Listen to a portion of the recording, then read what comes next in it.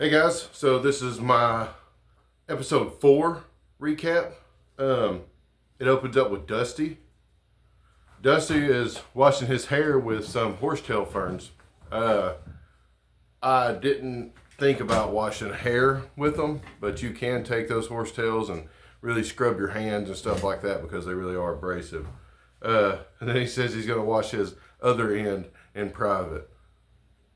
I love this guy. So he says that he hasn't had any luck fishing yet, but he checks his set line and he gets a good pike on there. Everybody's catching these pike. It's insane. I would wish that there would have been luck like this on my season. He talks about how bony the pike are.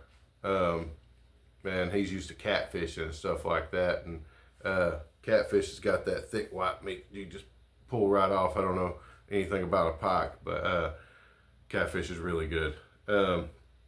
We've got some bony fish down here too, brim and stuff like that, and you can get gagged on one of those bones, and he does on the show. He gets choked a little bit on one of them.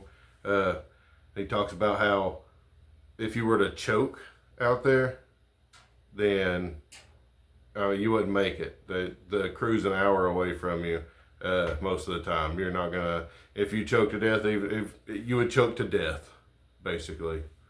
Then it jumps to William.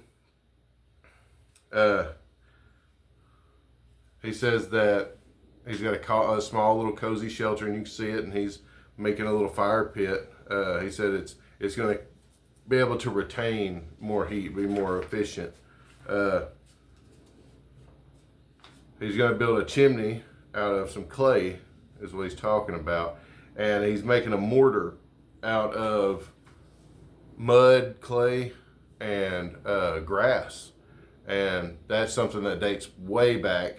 They actually used to build, even in the the 1800s and stuff like that. Even before then, they would build these cabins, and their fireplace would be basically another small cabin built on the back of it, but it would be packed like a foot thick with this mud and grass, and that grass binds that mud together and helps it hold its form. And once it's heated, it's like a rock.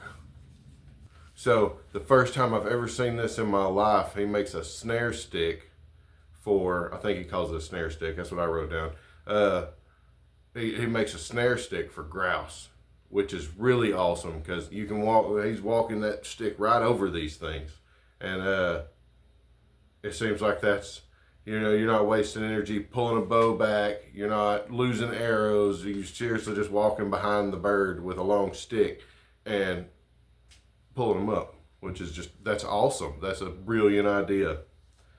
So I think he catches 2 grouse, and with that snare stick, which is, I mean, that's amazing, And he has multiple food caches, so he's going to put one of the grouse in a separate food cache, which is smart because if something finds it, then it only finds that one. It doesn't find all of your food. Think of it like your dog. Your dog goes and buries bones. Or squirrels go and bury nuts. They don't put it all in the same spot. They go different places so that if something else finds it, they find that one. They still got one down here. So then it jumps to Sarah. And it looks like whenever it first shows her, it looks like she's fishing one of the lakes. I had the opportunity to speak with Peter. And Peter said that there were some fish in some of the lakes, but most of the lakes were like stagnant water. And it's just basically overflow. So whatever fish are trapped there are just trapped there from where the river flooded. So there might not be a whole lot of fish in those lakes. She's also piling up a lot of debris on her shelter for insulation, which is a smart move. Very smart move. And when she's doing that, she sees an owl. And she's not the only one that's seen an owl. Timber has also seen an owl. And I think Timber, the owl, has tried to attack him. But it's a beautiful bird, nonetheless. It's a beautiful bird. She says that she's going to do some foraging, or decides to go do some foraging, and she's doing really well with the foraging, but she says she's needing some protein. But this woman's skill, plant identification skill, is amazing. It really is. Her and Michaela both. She decides that she's going to go back to see if she can find that beaver, and on the way back down there, she sees a grouse, and she takes a shot at the grouse and nails it. So she finally got some protein, which is awesome. But it was a risky shot. She took a shot into a tree, and I know on season 10 you see a lot of us taking shots in the trees. Those are all very risky shots. But when you're hungry, you know. She says that the grouse is a week's worth of food. Now, I've never met her, but one grouse is maybe a little bit bigger, or maybe about the same size as a Cornish game hen. Whenever it's cooked up, it's just tiny. They're about that big, and that's, I mean, I don't see anything in here. They might be a little bit bigger than this stick, you know. But anyways, I don't really see anything to give reference to. But they're not that big. Even the bigger grouse that I killed was not that big. So it being a week's worth of food, that's kind of stretching it. I would have ate the entire grouse. Every time I killed a grouse, up until it got a little later, I ate it, because there's not a whole lot there. It's not like having a big fish where you can store it. So she's saying that it's a week's worth of food. That's kind of pushing it on that. You're really not taking in any kind of nutrients. You're putting in the bare minimum. You might as well just smell it, you know. So you need to just eat the whole thing so that you get that nutrition from that animal. And there was a point where I was grounding bones and eating the bones too. Just to get every bit of everything that I could out of that thing. I don't know if it was helping any, but made me feel better. She also talks about she's going to use the innards for bait, and that's a good idea. I wouldn't use any of the meat for bait. I would keep all of the organs, but like the gut and the stomach, you could use that. So then it cuts back to Dusty. So Dusty's building a pretty decent sized TP smoker, which is a lot more efficient than the box smoker, but he's got a pretty decent plan of keeping his wood dry in that smoker as well. He's got it big enough where he can actually store extra wood in there without it catching on fire, to keep it dry, which is awesome. He also talks about he's laying pine boughs or spruce boughs. He's laying the spruce boughs over the sides of it and packing it up to shed the water. And that's true. If you lay spruce boughs down, like the needles facing down, it's basically just a channel for the water to run down each one of them and drip off. And they layer like that. And after they get thick enough, you can't even see light through it in most spots. So it'll shed water very, very well. So he's building that big smoker. He's getting it ready for more game, and I believe Dusty could get a lot more game if he wanted to. It's luck, you know, but he seems like a pretty decent hunter. But he's saying that he wants to stay busy so that he doesn't get lost in thinking about his family, getting his own head, is what I say.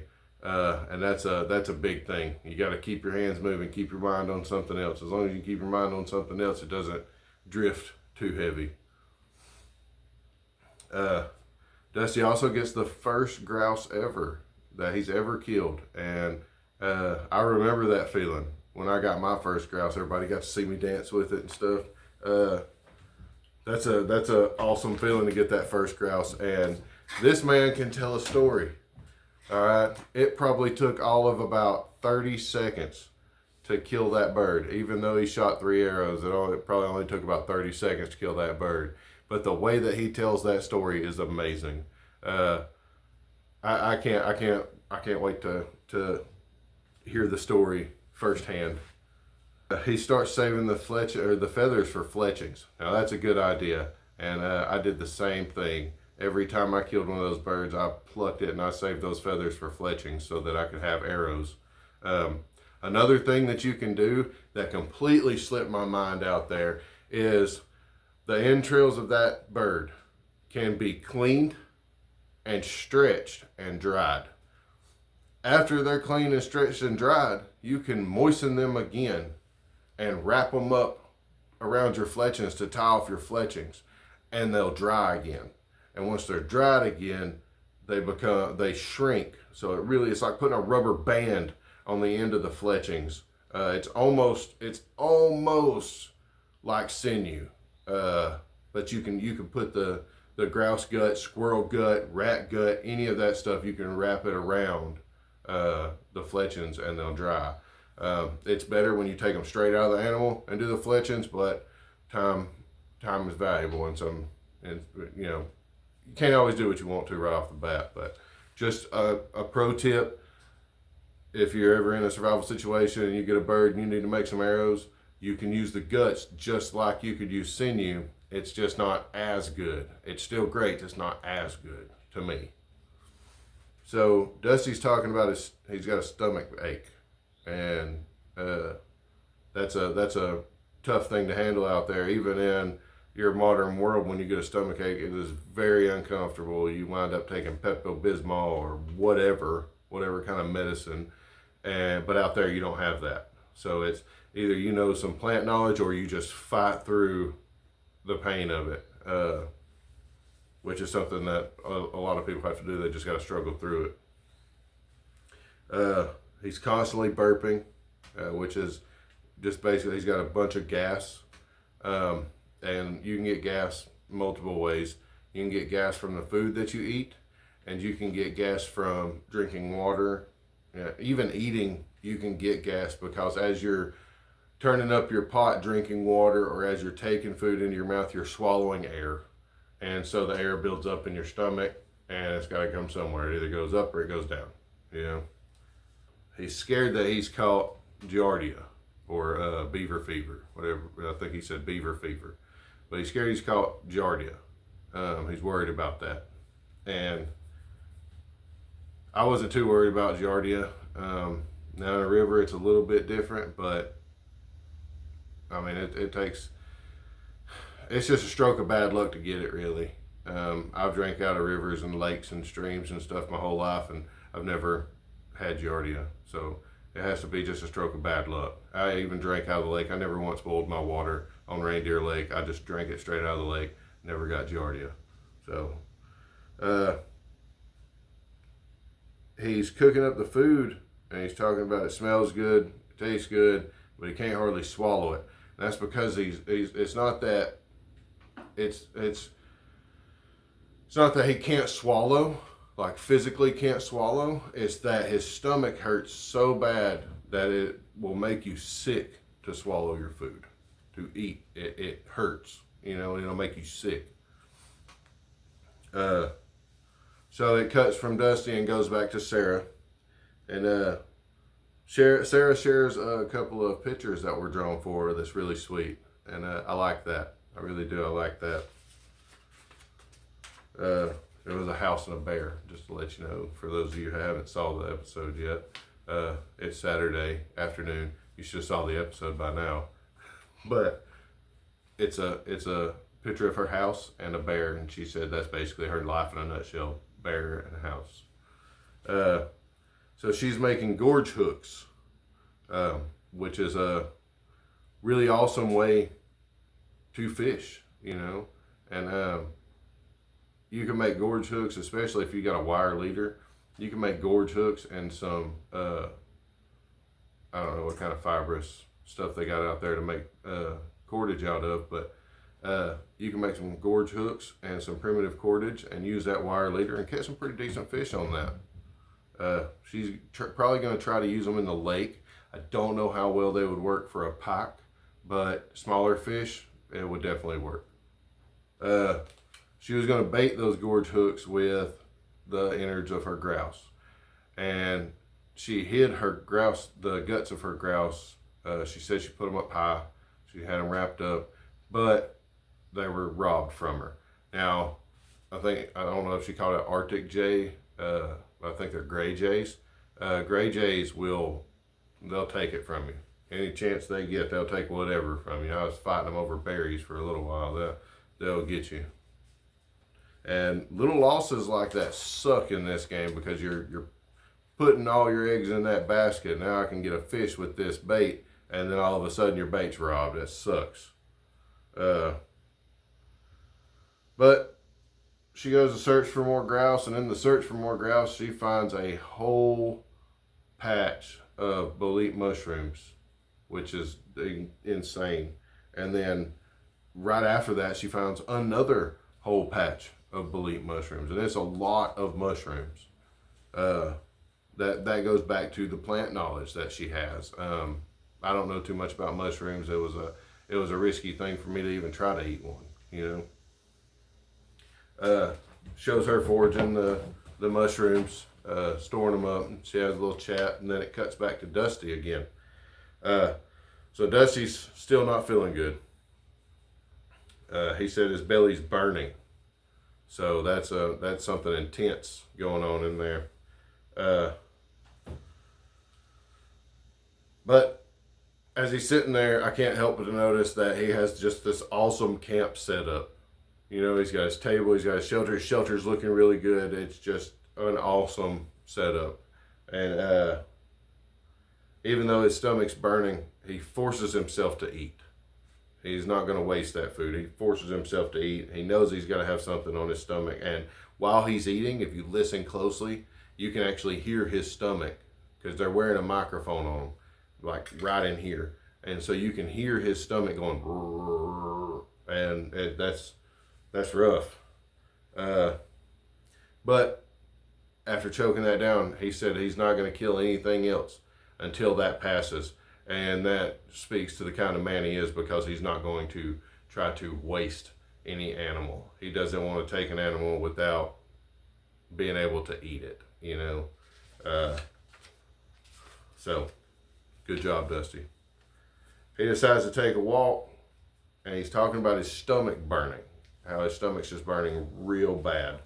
And he says it's hard to walk.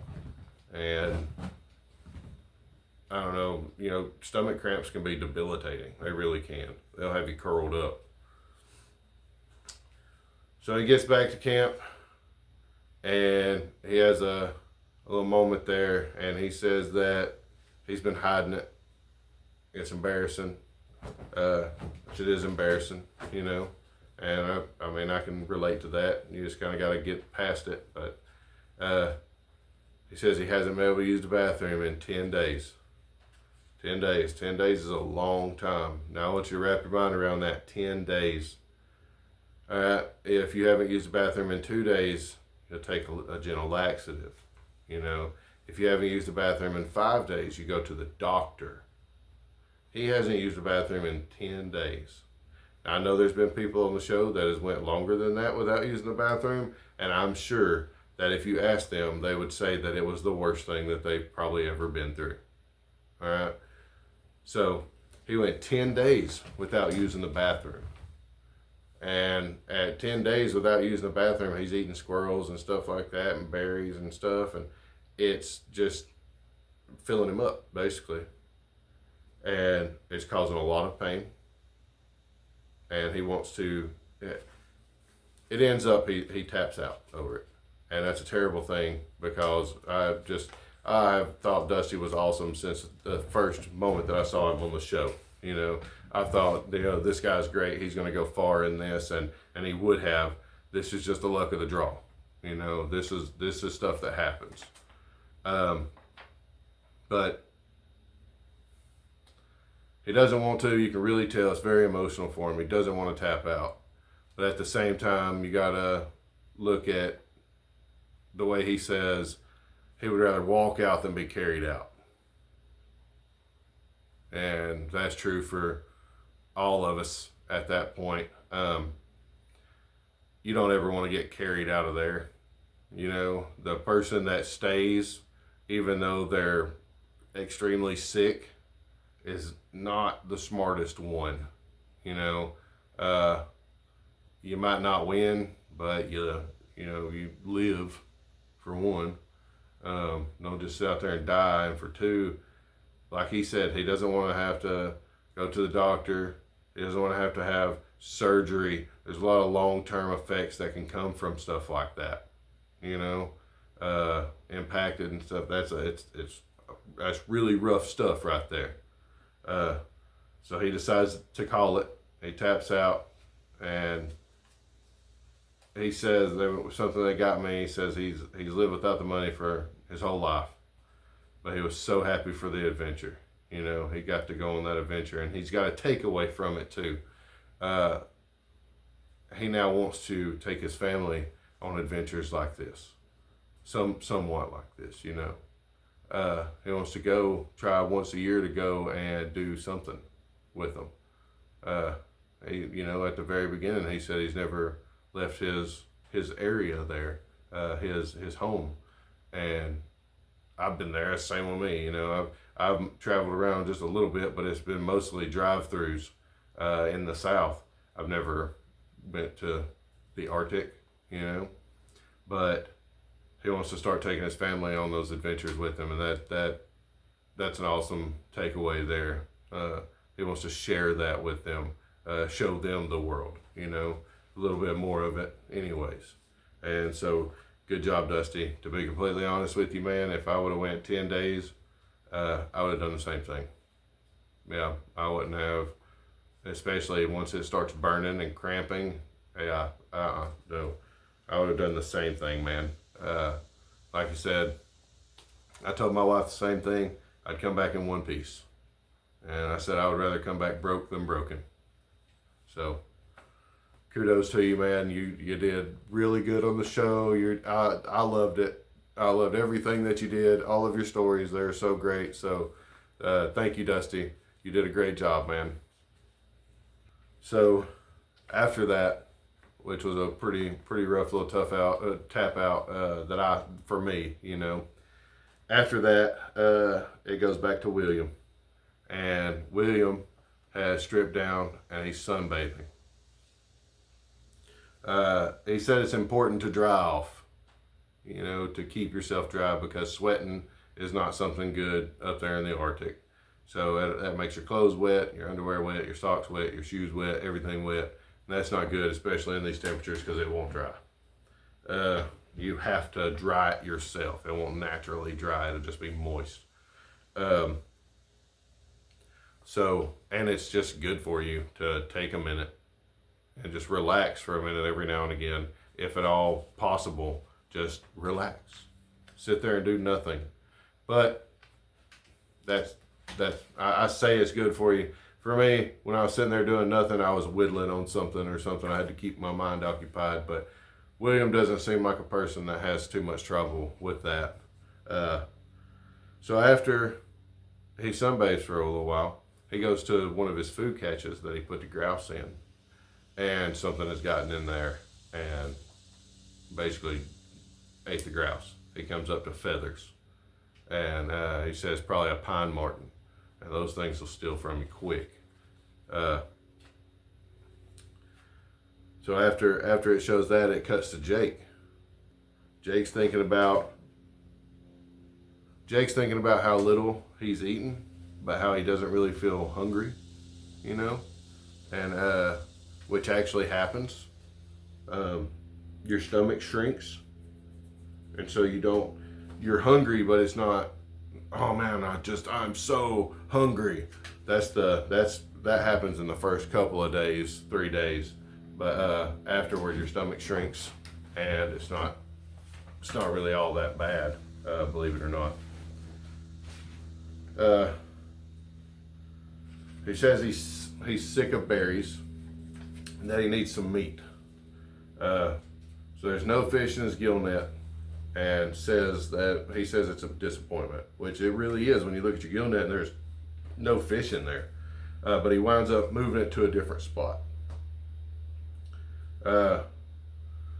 While all that's going on, you hear his voiceover, and he's speaking about his father and he's speaking very well about his father and some of the things that his father has taught him, and his father, he seems like a wonderful person, or seemed like a wonderful person. I'm sorry.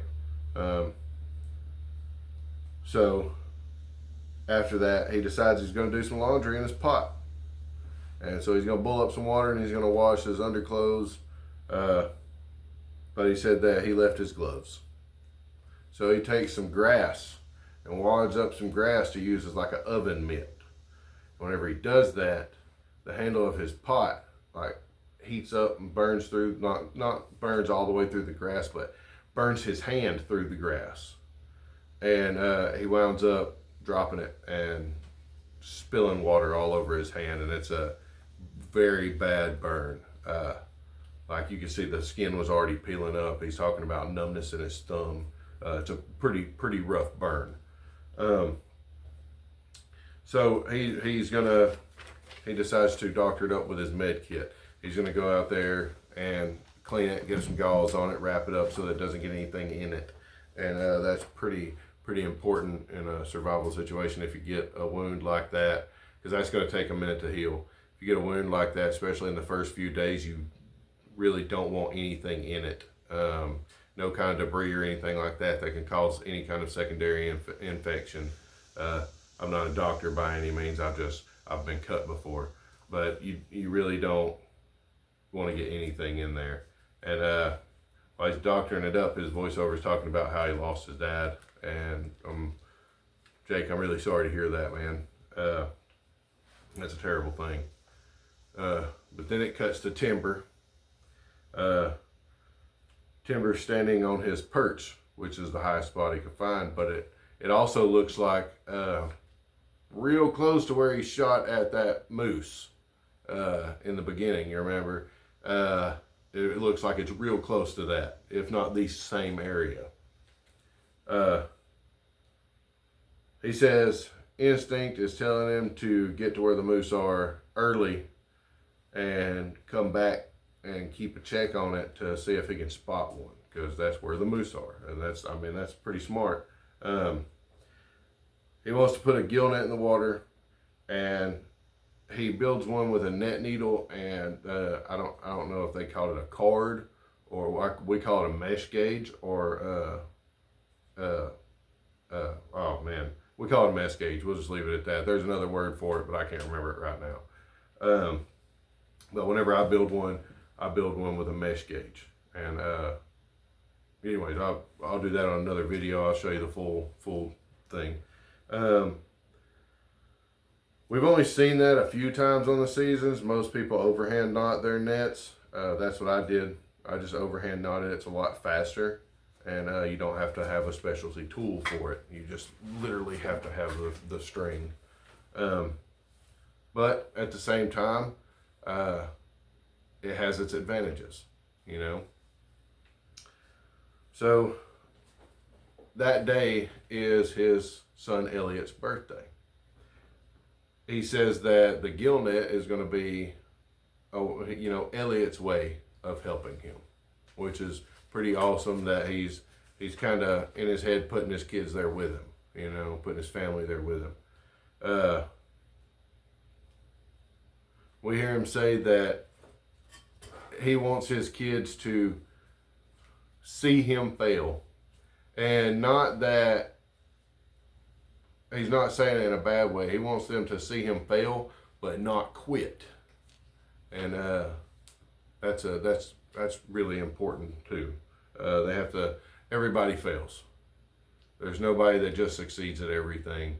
If you fail, you try again until you succeed, So he takes a break from his net to go check his lines. And then it cuts to commercial because they just pick the best spots.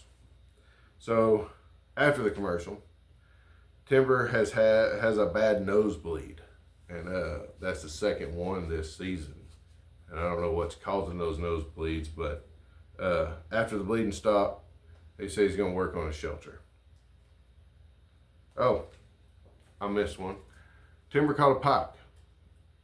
Sorry about that, jumped my notes. Timber caught a pike, As a 32-inch pike is what the little thing said at the bottom. Anyways, so after the commercial, after he caught that awesome pike, which is great for him, he has a nosebleed. He finally gets the bleeding to stop, and he says he's going to start working on his shelter. He's building a pretty awesome shelter. He's building it with big logs, though, and he says that he knows that building with big logs is not an efficient way to build due to body energy, you know, burning up your calories or whatever. But at the same time, wood is an insulate. It has insulative qualities, and so the bigger the piece of wood, not only the more area does it cover, but also the more insulative qualities it has, you know, or the R rating. So, I mean, it's kind of a trade. Also, you see him chinking the sides, and instead of just throwing debris on it, he's chinking it, which is a good idea too.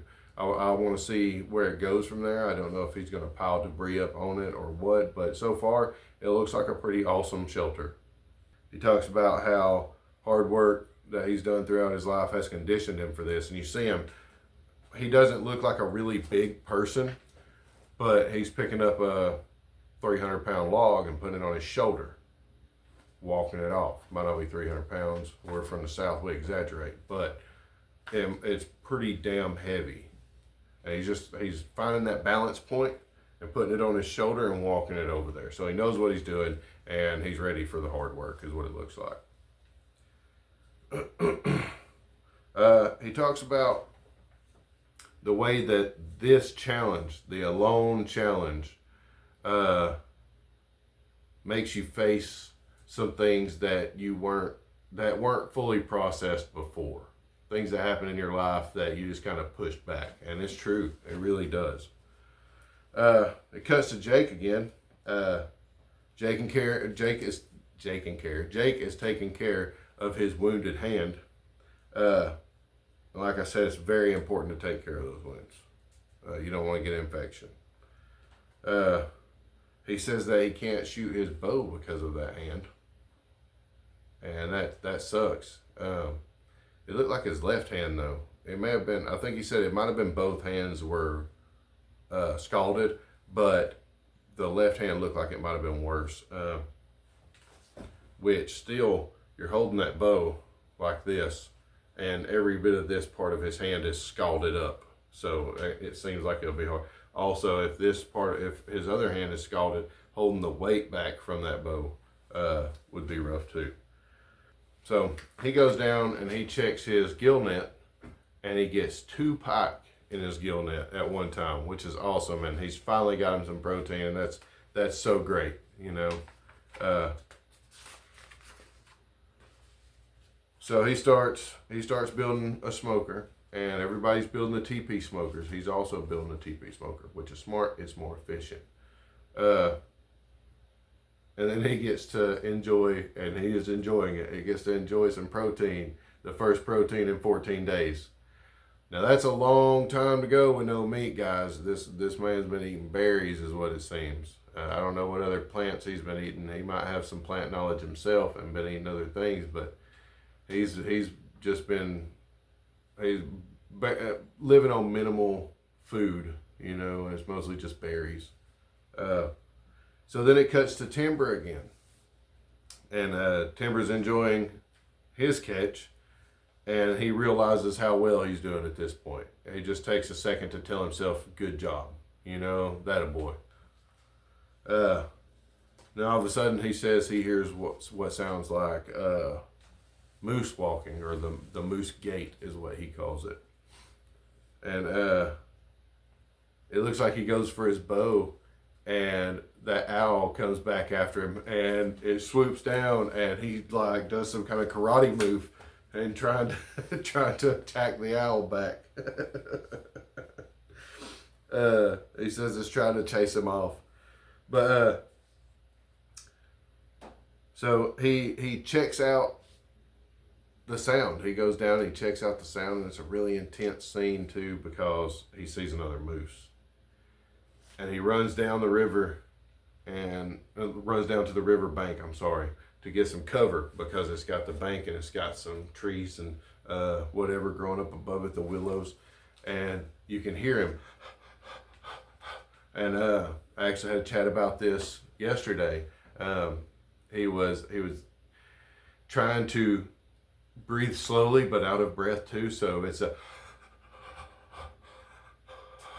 you know, and which is also, he composes himself. He tells himself, you know, he doesn't say it out loud, but in his head he says, I gotta calm down, I have to do this, you know. And so he gathers himself, and after he circles around on the moose, he sees it, and he gives out a moose call. And the last scene that we see with the moose, it looks like it's just really close to him. 20 yards maybe, I don't know, 20 yards, 30, 40 maybe, I don't know. But anyways, it looks like it's really, really close to him. It's hard to tell on the GoPro shot. But it shows the arrow pointing at the moose. It doesn't look like it's been drawn yet. So he's got the camera on his bow, and he's holding the bow up to show you the moose. And you see the arrow off the bow. And so the arrow's pointing at the moose. And then the episode ends. I hate it when they do that. But this is the second chance of a lifetime. The second chance of a lifetime, you know. And so I'm really interested to see if he got that moose or not. And please, if you watch this and you get this far and you think he got the moose, let me know. If you think he didn't get the moose, let me know. Put it in the comments. I can't wait to see what happens. And if you put it in the comments, I guess we're going to see who's right and who's wrong next week. Gotta hope so, because that's going to be awesome. I hope they open it up with it, honestly. But this is the end. Guys, don't forget to like and subscribe and all that good stuff, and you'll catch the next ones. And there's some other videos coming up soon. So I hope you enjoyed it, and I can't wait to do episode 5. Till then, we'll see you guys later.